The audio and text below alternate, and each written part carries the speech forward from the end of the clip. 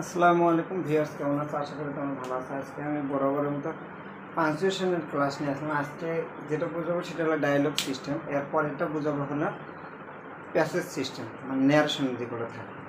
তো আমি দেখো লিসি hello Rodela, what are you doing? I am reading in a newspaper. Do you read newspaper regularly? Yes, everyday breakfast. Sorry, এখানে before আছে, before breakfast. Don't you, তুমি পড়ো নাকি? Rodela, no I don't, no I don't. What's the use of it? এটা it is an important. এখানে অন্য একটা বড় শব্দ ছিল, সেটা চেঞ্জ করে এটা হলো তোমার 10/2023। আচ্ছা, it helps us in many ways. এটা একটা ডায়লগ, 1 2 3 4 5 6টা বাক্য আছে। এটা ন্যারেশন হিসেবে থাকতে পারতো, কিন্তু ন্যারেশনটা অনেক সময় ডায়লগ হিসেবে দেওয়া হয়। সেক্ষেত্রে আমরা কীভাবে করবো দেখো, যেমন ধরো এখানে আছে হ্যালো, এরকম শব্দ যদি হ্যালো, হাই এরকম যদি থাকে, ও এগুলোর পরে কমা বসে, এগুলোর পরে কি বসে? কমা বসে, তার মানে এখানে কমা হয়। আচ্ছা, বাক্যের ভিতরে যদি কোনো ব্যক্তির নাম থাকে অথবা মাই ডিয়ার ফ্রেন্ড, যেমন ধরো এখানে আছে রাহেলা, কি আছে? Rahela. My dear student, my dear son, my dear daughter, my dear father, my dear wife, my dear husband, এইরকম যদি কোনো শব্দ থাকে, দ্যাট ইজ কল ভকেটিভ। ওগুলোকে ভকেটিভ কেস বলা হয়। অথবা ব্যক্তির নাম যদি থাকে, সেই ক্ষেত্রে আমরা সেগুলোকে ধরে নেব হলো ভকেটিভ কেস। এখন এই ভকেটিভ কেস যদি বাক্যের শুরুতে মাঝখানে থাকে তাহলে দুই পাশে কমা হবে, আর যদি শুরুতে থাকে শেষে কমা, শেষে থাকলে আগে কমা হবে। যেহেতু বাক্যের শুরু মাঝে আছে, অতএব এটা মাঝখানে দুই পাশে কমা হবে। Hello Rahela, what are you doing? এটা হলো ইন্টারোগেটিভ বাক্য, বাক্যটা ইন্টারোগেটিভ। অতএব এটা কেমন বাক্যটা ইন্টারোগেটিভ? গতকাল আমি ক্লাসে শিখেছি, ডাব্লিউএস প্লাস সাহায্যকারী ভার্ব যদি থাকে, ওই বাক্যকে আমরা ইন্টারোগেটিভ বাক্য বলবো। আর ইন্টারোগেটিভ বাক্যের শেষে আমরা অলওয়েজ প্রশ্নবোধক চিহ্ন ব্যবহার করব। আচ্ছা, তারপর দেখো I am reading a news paper. আমি একটা নিউজ পেপার ওর সংবাদপত্র পড়তেছি। এই বাক্যটা হলো এসার্টিভ। এই বাক্যটা এসার্টিভ কেমন বুঝতে দেখো, যত প্রোনাউন আছে, এনি কাইন্ড অফ প্রোনাউনের সাবজেক্টিভ ফর্ম যদি বাক্যের শুরুতে থাকে, তাহলে ওই বাক্যটার শেষে আমরা ফুল স্টপ ইউজ করবো। আর যদি কোনো সময়ের জন্য দেখো যে এরকম এম আছে, আর আছে, ডি আছে, এস আছে, এরকম যদি থাকে, যেমন ধরো এরকম আছে ডন্ট, তাহলে এটা ডন্ট হবে। যদি ইউ প্লাস এরকম থাকে, ইউ আর, তারপরে আই প্লাস ভি যদি থাকে, ওখানে হ্যাভ আছে, সংক্ষেপ করতে হবে। যদি হি প্লাস এস থাকে তাহলে ধরতে হবে হি ইজ। যদি হি প্লাস ডি থাকে ধরতে হবে হলে হ্যাড অথবা ফুড। এইরকম করে কন্ট্রাকশন করে দেওয়া থাকে, এটাকে কন্ট্রাকশন বলা হয়। এবং এই আই সাবজেক্ট এবং ওই সাহায্যকারী ভার্বের যে সংক্ষেপ রূপটা থাকে তার উপরে অ্যাপোস্ট্রফি কমা হবে। তাহলে আমি এখানে অ্যাপোস্ট্রফি কমা দিচ্ছি, যেহেতু বাক্যটা হলো এসার্টিভ, প্রোনাউন দ্বারা শুরু হবে, বাক্য শেষে ফুল স্টপ। দ্বিতীয় বাক্য Rodela, do you read newspaper regularly? তুমি কি নিউজ সংবাদপত্র পড়ো নিয়মিত? দেখো এই টু হেল্পিং ভার্ব কার আগে আছে? সাবজেক্টের আগে আছে। সাবজেক্টের আগে যদি কোনো হেল্পিং ভার্ব থাকে তাহলে বাক্যটা নিশ্চিত ইন্টারোগেটিভ হবে। অতএব এখানে হবে হলো প্রশ্নবোধক চিহ্ন।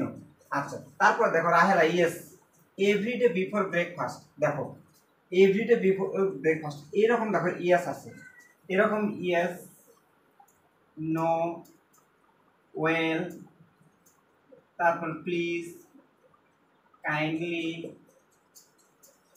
সো, দেয়ারফর, তারপরে হলো হেন্স, মোরওভার। দেখো এগুলো স্ক্রিনশট দিয়ে রাখবা। বিসাইড, এই অ্যাডভার্ব জাতীয় শব্দ যদি থাকে, বিসাইডস এরকম শব্দগুলো যদি থাকে, তারপর দেখো স্যার, ম্যাডাম, এরকম শব্দগুলো যদি থাকে, তাহলে ওই শব্দগুলো যদি বাক্যের শুরুতে থাকে তাহলে পরে কমা হবে, বাক্যের মাঝখানে থাকলে দুই পাশে কমা হবে, শেষে থাকলে আগে কমা হবে। তো এক্ষেত্রে বাক্যের we can see that this is in the first position, প্রথমে দেওয়া আছে ইয়েস, অথবা এখানে আমরা কি কমা ইউজ করবো? এগুলোর পর সর্বদাই কমা ব্যবহার হয়, এই অ্যাডভার্বগুলোর পরে সর্বদাই কমা ব্যবহার হয়। তাহলে ইয়েস আছে। এভরি ডে, দেখো এভরি ডে বিফোর ব্রেকফাস্ট, প্রতিদিন পড়ি কখন এটা বাক্যটা এসার্টিভ আই রিড নিউজ পেপার এইটুকু আছে I read newspaper regularly every day before breakfast এই বাক্যটা এসার্টিভ সেন্স দিচ্ছে অতএব এই বাক্যটা শেষে ফুল স্টপ কারণ এর আগে আই রিড আছে। আচ্ছা তারপর দেখো ডন্ট ইউ দেখো এখানে শুধুমাত্র ডন্ট ইউ শেষ করছে তার মানে don't you read newspaper ওইটুকু ছিল যেহেতু সাবজেক্টের ভাব সাবজেক্টের আগে আছে অর্থাৎ আমরা আগে শিখতে এনটি এর সাথে যদি থাকে তার মাঝখানে কমায় এই বাক্যটার ইন্টারোগেটিভ কারণ সাবজেক্টের আগে ডন্ট আছে। আচ্ছা আবার ডন্টের পরে যদি মূল ভাব থাকে তাহলে সেক্ষেত্রে বাক্যটা কিন্তু ইম্পারেটিভ হয়ে যাবে। এখানে কি আছে রুদেলা দেখো এখানে আবার কি আছে নো আছে এখানে নো ছিল নোর পরে কমা হবে নো আই ডন্ট এখানে ডন্ট এরকম আছে এই জায়গায় ফুল স্টপ দেব এটা এসার্টিভ বাক্য no I don't read newspaper. দেখো রিড নিউজ পেপার কিন্তু কয়েকবারই উচ্চাস কিন্তু এটা বুঝে নিতে হবে। What's the use of it দেখো এখানে হোয়াটের সাথে কি আছে এস আছে এরকম হোয়াটের সাথে যদি এস থাকে হির সাথে সির সাথে তারপর দের সাথে আর তাহলে দের সাথে হ্যাপ তাহলে উঠ থাকতে পারে যে কোনো কিছু থাকে এবং ব্যক্তি নামের সাথে যদি এস থাকে তাহলে ওই দুই এস এবং ওই শব্দের মাঝখানে অ্যাপোস্ট্রফি কমা হবে এবং যেহেতু বাক্যটা ইন্টারোগেটিভ ওই বাক্যের শেষে আমরা কি দেবো প্রশ্নবোধক চিহ্ন দেব। তারপরে দেখো last sentence it is an important part of our life বাক্যটা এসার্টিভ এই বাক্যটা এসার্টিভ কেমন বুঝবো দেখো ইট প্লাস ভার্ব আছে ওই গতকালের ক্লাসে বলা আছে ইট প্লাস যদি ভার্ব থাকে যে কোনো ভার্ব বিভার্ব হতে পারে মোডাল যে কোনো ভার্ব যদি থাকে তাহলে বাক্যটা এসার্টিভ হয়। দ্বিতীয় বাক্য দেখো it helps us in many full stop দেওয়া আছে এটা বাক্যটা এসার্টিভ কারণ কি আছে ইট আছে প্লাস হেল্পস আছে সাহায্যের ভাব আছে কিন্তু এই আইটা সর্বদাই বড় হাতে না বাক্যে শুরু আর আই যদি একা থাকে কোনো জায়গায় এরকম আই যদি একা থাকে এই আইটা যে অবস্থায় থাকে দেখার বিষয় নেই এই আইটা সর্বদাই বড় হাতে করে দেবে। তাহলে আজকে আমরা মোটামুটি যেগুলো রুলস শিখলাম এখন আমরা শিখবো হলো প্যাসেজ ন্যারেশনে কীভাবে পাংচুয়েশন করতে হয় সেটার একটা উদাহরণ দিই।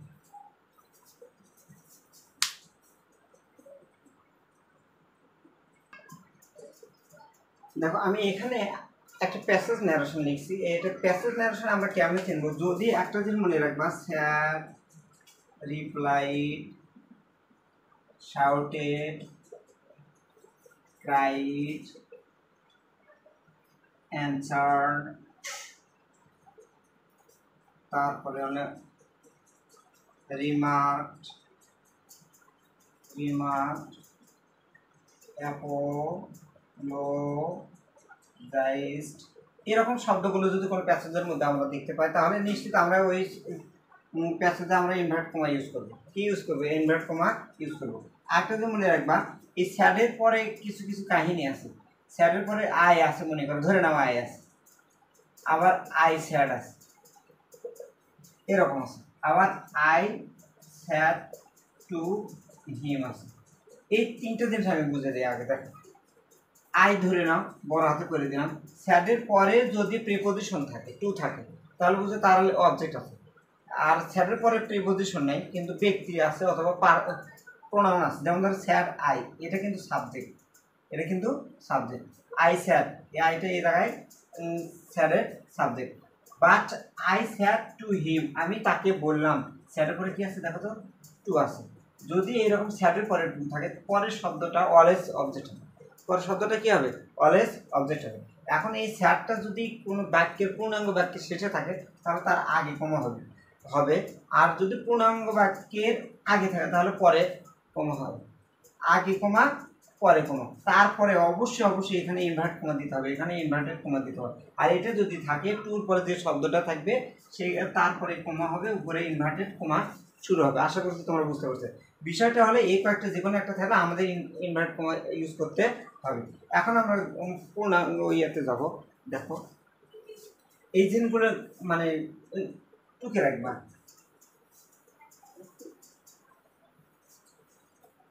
আচ্ছা দেখো হি sad I can chop some would today he sad কি আছে স্যাড পরে আছে স্যাডের পরে পূর্ণাঙ্গ বাক্য আছে আই সর্বদা যে জায়গাতেই থাকে আই সর্বদা বড় হাতে হবে যেহেতু স্যাড আছে অতএব ইনভার্ট কমা শুরু কোন পর্যন্ত যাবো যতক্ষণ না নতুন পার্সন সাবজেক্টটা আসবে I can chop some wood today এখানে আমি থামবো কারণ নতুন সাবজেক্ট আছে ইউ, এটা দেখো, এটা হলো ওই লেখকের কথা।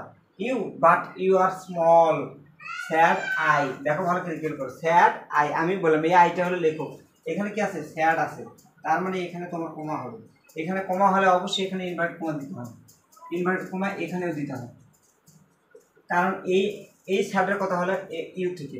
এখন ইউটা যেহেতু মানে ব্যক্তি, অর্থাৎ বাক্যের শুরুতে কোনো ব্যক্তির নাম থাকলে, প্রোনাউন যদি থাকে, তাহলে সেটা বড় হাতে করতে হবে। তারপরে ইউ, এটা হলো আশ্চর্যবোধক, ওই জ্যারিকে দেখে পছন্দ হয়নি যে এত ছোটো বালক কেমনে ইয়ে করে কাট কাটে, এক্সক্লেমেটরি হবে। বাটের বি বড় হাতে, বাট ইউ, এখন আমরা এর আগে শিখলাম ইউ এর সাথে যদি আর ই থাকে তাহলে দের সাথে থাকে, ইউ এর সাথে থাকে, ইউ এর সাথে থাকে, যে কোনো পার্সনের সাথে ইউ আর প্লাস ই থাকলে সেখানে অবশ্যই আমাদের এরকম অ্যাপোস্ট্রফি কমা দিতে হবে, যেহেতু আর এর সংক্ষেপ form. You are small, said I. এখন দেখো, size does not matter chopping wood some of the big boy, এই সাইজ এখান থেকে আবার বাক্য শুরু, কারণ এখানে কি আছে, স্যাডের পরে আই আছে, আই এর পরে আর নতুন কোনো বাক্যের অংশ নেই, এখানে ইনভার্ট কমা শুরু, নতুন বাক্য আসলে সেখানে ইনভার্ট কমা শুরু হবে। সাইজ ডাজ নট, এই যে ডাজ নট এখানে কমা হবে। মেটার চপিং উড, এখানে আমি থামবো কারণ এখানে আমি সাবজেক্ট পাইছি। এখানে সাম অফ দ্য বিগ বয়েস, এটা হলো ফ্রেজ, এটা হলো ফ্রেজ, বিগ বয়েস don't Chop good, Chop good, এখানে ডন্ট আছে, আমি দিলাম, এখানে আমি থামবো কারণ কেন থামবো, দেখো এখানে আমি একটা আই পাইছি, সাবজেক্ট পাইছি, যে জায়গায় আমি সাবজেক্ট পাবো, ভার্ব পাবো, সাবজেক্ট প্লাস ভার্ব যে জায়গায় পাবো আমি সেই জায়গায় থামবো, তার মানে এই জায়গায় ওয়েল, সরি ফুল স্টপ। এখন বাক্য শেষ হয় নাই, আইটা সর্বদা বড় হাতে, এখানে কি আছে, ভি থাকে, ভি আছে, তার মানে হ্যাভ এর সংকেত হবে। I have been shopping wood at the orphanage for a long time, এখানে আমি ইনভার্টেড কমা দিয়ে দেবো, এখানে বাক্যটা ফুল স্টপ, কারণ এখান থেকে বাক্যটা এসার্টিভ, এই বাক্যটা এসার্টিভ বাক্যের শেষে ফুল স্টপ ব্যবহার হয়। আচ্ছা, এই বাক্যটাও এসার্টিভ, কারণ নাউন অথবা নাউন ফ্রেজ বাক্যের সাবজেক্ট হলে সেক্ষেত্রে বাক্যটা এসার্টিভ হয়। এই বাক্যটা এসার্টিভ কারণ নাউন এখানে হলো সাবজেক্ট, ওই বাক্য, ওই জন্য এই বাক্যটার শেষে আমি কি দিচ্ছি, দেখো ফুল স্টপ দিচ্ছি। এখন ঘটনা হচ্ছে তিনটা বাক্য একটা ইনভার্টেড কমার মধ্যে কেন হয়, হ্যাঁ হতে পারে, দেখো এই তিনটা বাক্যের সাথে সবগুলো বাক্য হলো জ্যারির কথা, সবগুলো বাক্য জ্যারির কথা, মানে হির কথা, হিটা হলো এখানে জ্যারি আর আইটা হলো এখানে লেখক, এই তিনটা বাক্যই বলতে হলো জ্যারি, এই জন্য একেবারে শেষে দেয় পুরুষটা হবে। আর আরেকটা কারণ, এই তিনটা বাক্যের শেষে এমন কোনো শব্দ, যেমন ধরো রিপ্লাইড নাই, টোল নাই, আস্ক নাই, তারপরে রিমার্ক নাই, শাউটেড নাই, ক্রাইড, কিচ্ছুই নাই, ওই জন্য তিনটা বাক্যের শেষে আমরা ইনভার্ট কমা ইউজ করলাম। এই জিনিসগুলো যখন আমরা সবচেয়ে প্যাসেজ ন্যারেশন করার সময় আমাদের যে জিনিসটা খেয়াল রাখতে হবে, যে বাক্যটা কোথায় যে শেষ হলো, কোথায় শুরু হবে। এই ক্ষেত্রে একটা মানে সুপার টেকনিক, সেটা হলো তুমি যখন সাবজেক্ট প্লাস ভার্ব খুঁজে পাবো, যেমন ধরো এখানে ডাজ নট, তার আগে কি আছে, সাইজ, এটা সাবজেক্ট, এটা হলো ভার্ব। আচ্ছা, some of the big boys, এটা হলো সাবজেক্ট, ডন্ট হলো ভার্ব, ডন্টের পরে মূল ভার্ব আছে, do not, does not, did নটের পরে মূল ভার্ব থাকে, চপ হলো মূল ভার্ব। এখানে আমি হ্যাভ বিন, তারপরে হ্যাভ বিন হলো, হ্যাভ বিন চপিং হলো মূল ভার্ব, তার আগে কি আছে, আই আছে, তার মানে এখানে আমি থামবো, এখানে সাবজেক্ট আছে, এখানে সাবজেক্ট আছে প্লাস ভার্ব আছে, এখানে সাবজেক্ট আছে প্লাস ভার্ব আছে, এখানে সাবজেক্ট আছে প্লাস ভার্ব আছে, অতএব যেখানে আমি সাবজেক্ট প্লাস ভার্ব পাবো সেখানে আমি থামবো। আর যতক্ষণ না স্যাড, টোল, আস্ট একটা বাক্যের মধ্যে না আসবে ততক্ষণ ওই একই বক্তার কথা একাধিক বাক্য হতে পারে, এরকম হওয়ার সম্ভাবনা আছে, ঘাবড়ে যাওয়ার কিছুই নেই।